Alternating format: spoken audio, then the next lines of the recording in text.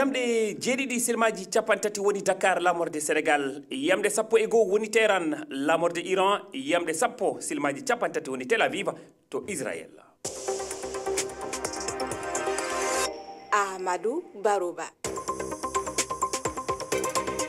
RFI kabaru herido.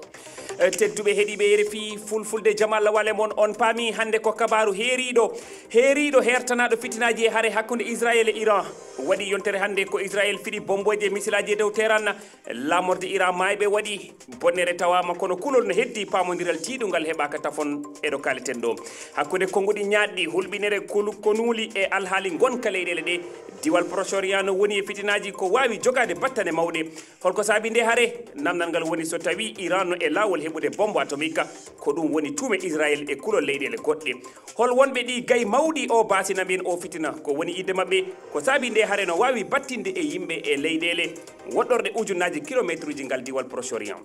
e nder silmaji capantati so weeli gueno aroɗi ɗi ma en gartu e o fitina yadude hertoriɓe wal haali seedeji tawaɓe kañum e hoɗɓe amen jooma gandal ɓe humpitiɓe alhaali ɓe min jaɓɓoto ala ko humpata on e oɗo alhaali tedduɓe heeɗiɓe jamal wale mon bisimilla mon e ley kabaruji ɗi hande ko aljuma balɗe nogas lewru jeegomo ɓuuri hitande ujunnaji ɗiɗi e nogas e joyyi on paami koye kabaru keeriɗo alhaali Israël Iran gonɗen ɗum noon waɗi yontere hande aljuma ko Israël natani haare fewde e Iran ngam famde o fitina nde haare kettotoɗen ko e famde jiyanɗe ɓe worɓe ɗiɗo hooreɓe Iran e Israël Benjamin Netanyahu holli fandare mabɓe ko ittude kala kulhuli heɓugol Iran bombe nucléaire e nder diwal Proche-Orient e wi cimtol Iran no e lawol ɓattigol heɓude nde bombore horejo jagorɓe Israël noddi Iran gona e nanodiral gotal kadi o waɗan bawɗe makko ngam mumtude ɗi kulhuli toɗɗiɗi Israël keɗoɗen Benjamin Netanyahu. Tonight I wish to speak to you, the proud people of Iran. Miɗo yinno haaldude e Iran naaɓe ardiɓe diine Iran no pawi e mon ɓittere woni joni duuɓi 50 joni ɓe jiiɗi ko bonude leydam woni Israël fandare nde haare ko momtude ɗin kulhuli e momtude kulhuli men e bombe nucléaire tawi ɗum foof toɗɗi ko Israël. I am with you, the people of Israel. Benjamin Netanyahu horejo jagorɓe Israël mawɗo révolution Iran Ali Khamenei waɗi yontere e waɗi yewtere ñande alarba nde o andini wonde leydi makko jonnirta hoore muɗum e nde haare e nder ɗum kadi o waɗi jertino fade dawlaji tentuɗi Amerika keɗoɗen mo. leydi Iran jonnirta hoore mum abadan e dow wawnere kala noon ɗo nde wawi iwrude wiide yo ɓesgu Iran fukko kaɓorde jonnira hoore mum wona hunde nde hakkille wawi jabde so tawi kadi dawlaji tentuɗi Amérique naati e nde haare maɓe keɓ bonande mawde nde ɓe mbawata fewnidde. keɗiɗen ɗo ko Ali Khamenei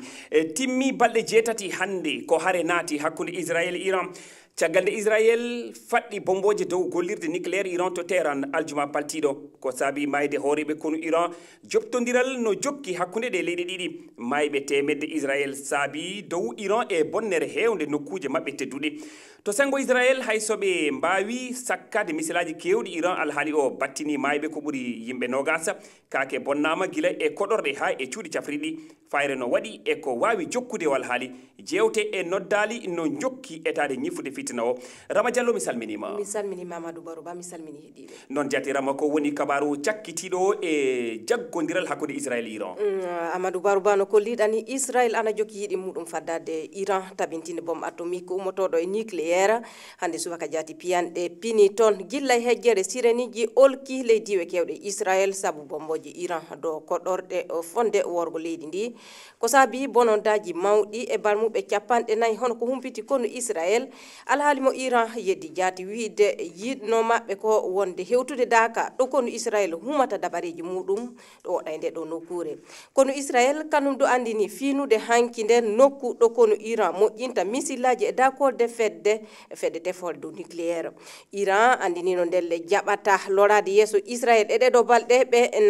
nananoma kongi Ali Khamenei horejo diina révolution Iran e nde ɗo yontere kulol ana won e yajugol oɗo fitina Amadou Amadou Barrow Ba battane majjum e leydi aduna ɗum saabi hande jonde ONU to Genève yewtude oɗo alhaali horejo Chine e Maurice noddi daragol oɗo fitina iɓe cappani États-Unis wasa waɗude jungo muɗum e nde ɗo hamde caggal nde lamorde États-Unis holli wonde e miijade so tawi ɓe gaɗan jungo wallitade konu Israël. Rama Diallo yontere tan hande e nde ɗo hare kono battane muɗum mawni sanne jaati mayɓe bonnere kaake mawni to sengo Iran kono ngu wasi ko heewi ardiɗo kono ndiɗo leydi horejo kono dina mbarama gilla e piyanɗe aranɗe to Tehran aljuma paltiɗo o limore sakitinde 194 mbara to Iran e barmuɓe ujune 100 e yowode peɗeɗiraniɗe hakkeji ɓi adama en kamɓen coyinde limore fallaɓi tati fonde mayɓe 650 rewɓe sukaɓe ɓuuri ɓen e hollimaɓe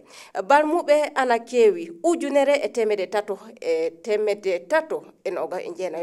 fonde misillaji 450 e droniji 100 Iran naftori e oɗo fitina haddu yontere wotere nde tafon to sengo Israel sabu mbawka mabɓe sakkade misillaji Iran yimɓe 24 mayaniɓe ley bomboje camuɗe to cuuɗi cafriɗe koɗoɗe mabɓe ɗum wonno koɓe kolliti taw ko hamde nde timma e tafon leyɗe kewɗe kolli hoynude dabareji altine koreji muɓɓen keɓa yaltude sabu kulol ko fitina fay e wadde. Rama Diallo